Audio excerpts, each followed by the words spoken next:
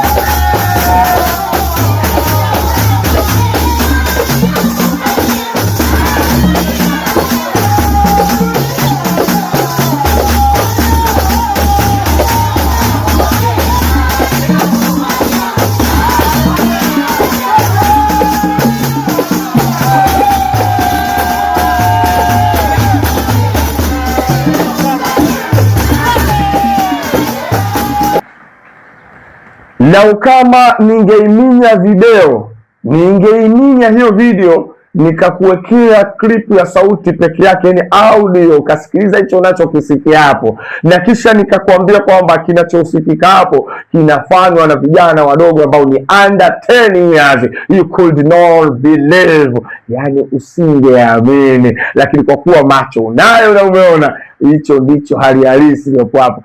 Bwana, vijana wadogo kama hao mimi nawaita little bees, yani nyuki wadogo, vijana ambao wamewapagawisha washabiki. Hebu sikiliza, angalia watoto wadogo namna walivyowachezesha watu wazima wenye akili zao. Cheki yao.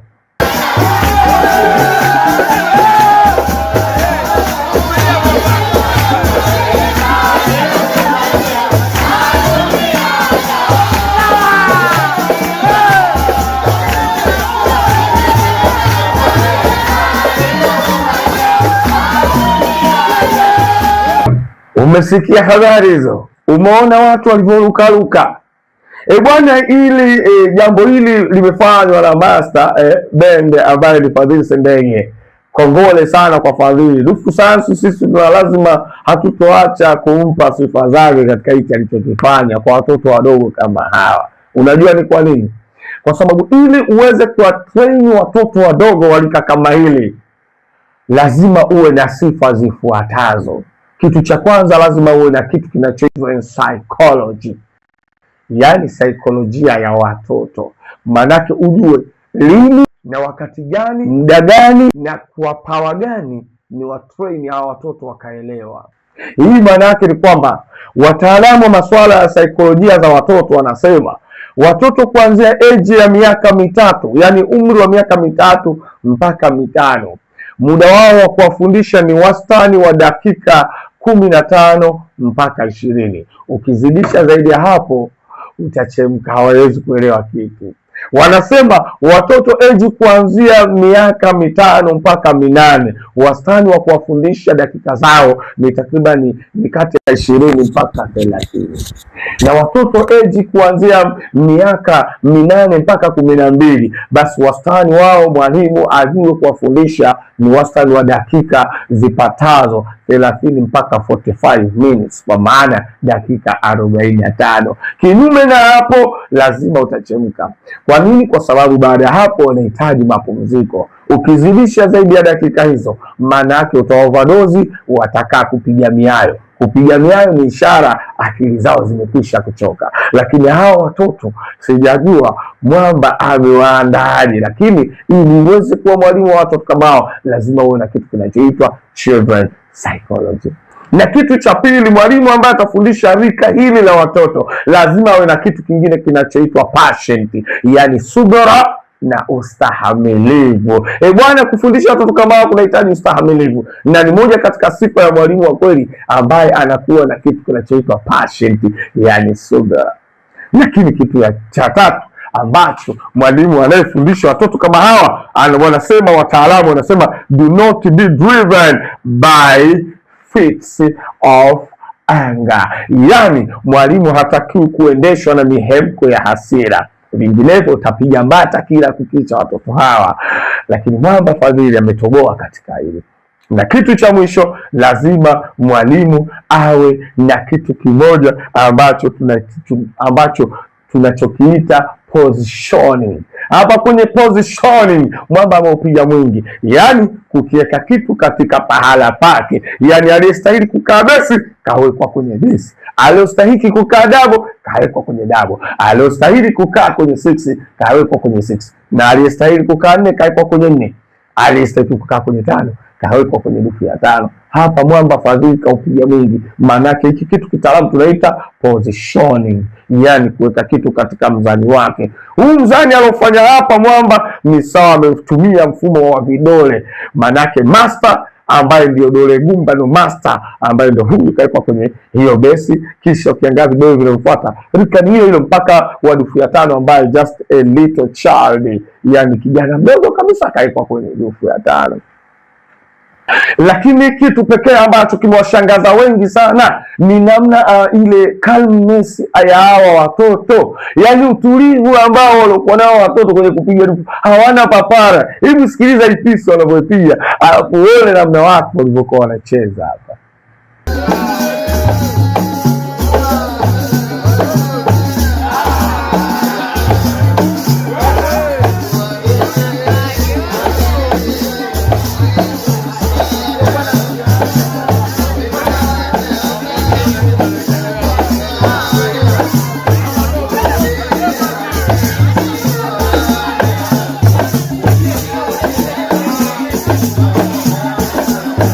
Umeona calmness waliokuwa nayo, yani hawana papare, wametulia, wanajua wanachokifanya, they know what they do, wanajua nini wanachokifanya. Lakini kitu kingine ambacho kinachoshangaza zaidi ni namna mwalimu alivyowajenga hawa watoto katika kujiamini kufanya vitu wenyewe, yani wana uwezo wa kuingiza mpigo wenyewe na wakautoa wao wenyewe bila kusikiliza mwalimu au kutegemea kwamba ishara na ile command itoke kwa mwalimu wao. Hebu watazame hapa wanachokifanya hawa watoto.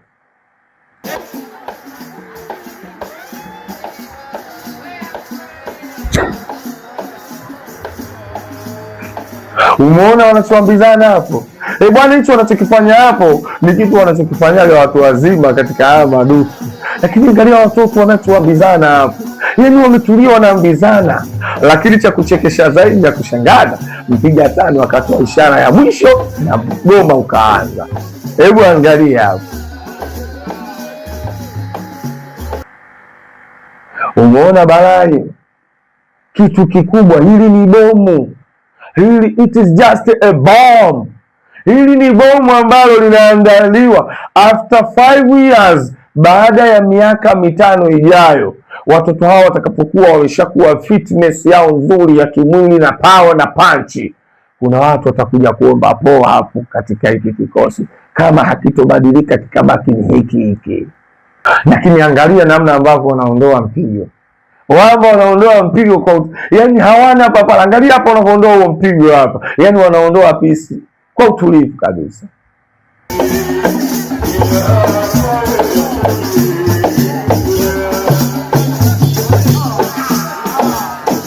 Hawa watoto binafsi ninawaita ni little bees, kwa maana ya nyuki wadogo. Hawa ni nyuki wadogo. Tupe muda, wakati watakapokuwa wakubwa watu watatafutana. Lakini pia dufu sayansi tunasema hii ndo kile ambacho nilikitanguliza mwanzo kabisa kwenye ile aya. Hii ni hazina ambayo sisi tunaiita hazinatul madfunu fi qaryati stopover, hazina iliyofukiwa pale katika kitongoji ama katika eneo la Kimara stopover. Lakini kitu ambacho anakifanya Fadhili ni kitu chenye manufaa sana kwa baadaye. Kitu anachokifanya wanasayansi wamekithibitisha. Hata ukiingia Google, andika neno NASA creativity, alafu kubali pale uone kitu kitacholetwa hapo. Watu wa NASA hawa ni wataalamu, wasikilizi walichokuwa wanakiongea hapa. Faida ya kufundisha mtoto akiwa na rika hilo, ukamtrain kitu chochote, sumu yake itakayokuja. Sikiliza hapo alichokizungumza.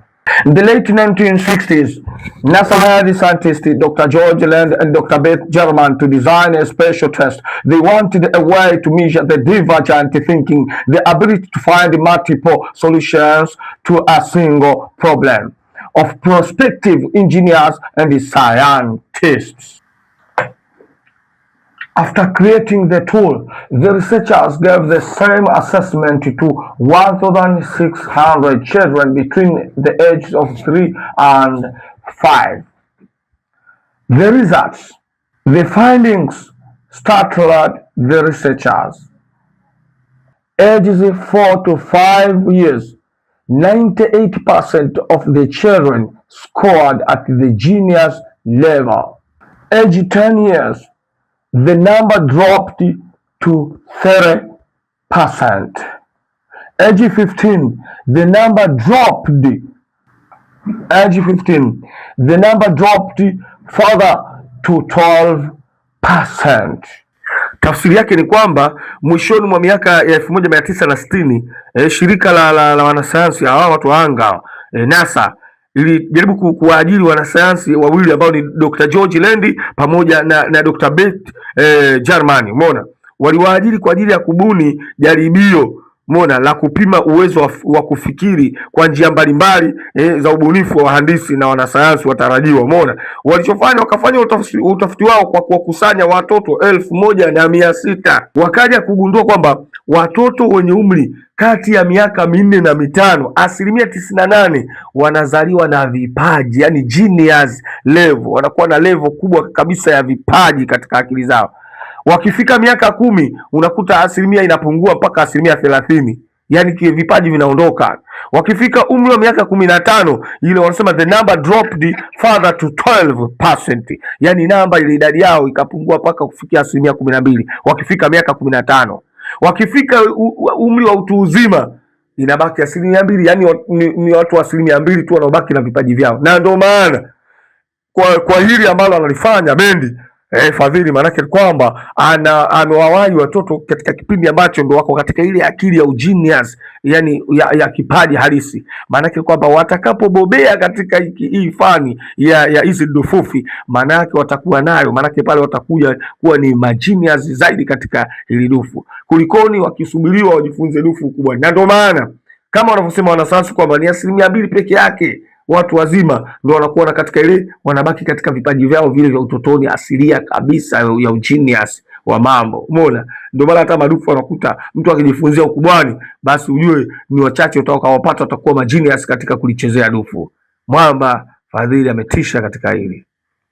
Naam, hiyo ndio faida ya kuwatrain watoto wakiwa katika hilo. Maana yake ni kwa nini unakiwahi kipaji wakati ule ambapo kipaji hicho kipo, kwa sababu watoto wakizidi, kadri umri unavyozidi kwenda pale huko mbele, chaguo lao linaambatana na akili zao wenyewe ambazo zinaendeshwa na miemko. Lakini ukitrain kuanzia utoto huo utapata vipaji vikubwa sana.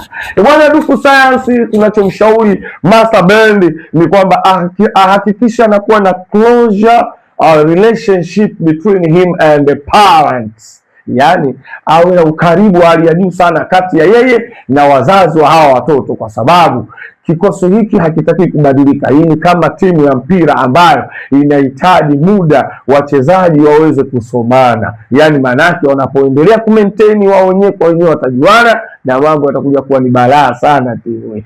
Bwana, ajitahidi awe na ukaribu Bendi pamoja na wazazi wa watoto hawa, kwa sababu hakika madrasa nyingi kinachotufelishaga ni wazazi wa watoto. Mtoto akimaliza 7 kahamishwa huko. Hapa ndipo vurugano unapotokea, na sisi tunawaombea watoto hawa wabaki na hiki kikosi mpaka baadaye tuje kuona kile ambacho kinachotokea. Wanasema wataalamu, little by little fills up the measure, haba na haba ujaza kibaba. Au wanasema samaki mkunje angali mbichi. Hawa watoto, hii ndio tunaita Gen Z ya kidufu la sasa hivi. Bwana, kama una maoni yako kuhusiana na uchambuzi huu nilokuletea, dondosha komenti zako hapo chini. Lakini pia na wewe kama una little biz, una nyuki wadogo kama hawa, mimi sijui, walete mbele yangu clip yao video, mimi nitaichambua hapa. Koromeo la Simba na ng'ata. Alansi.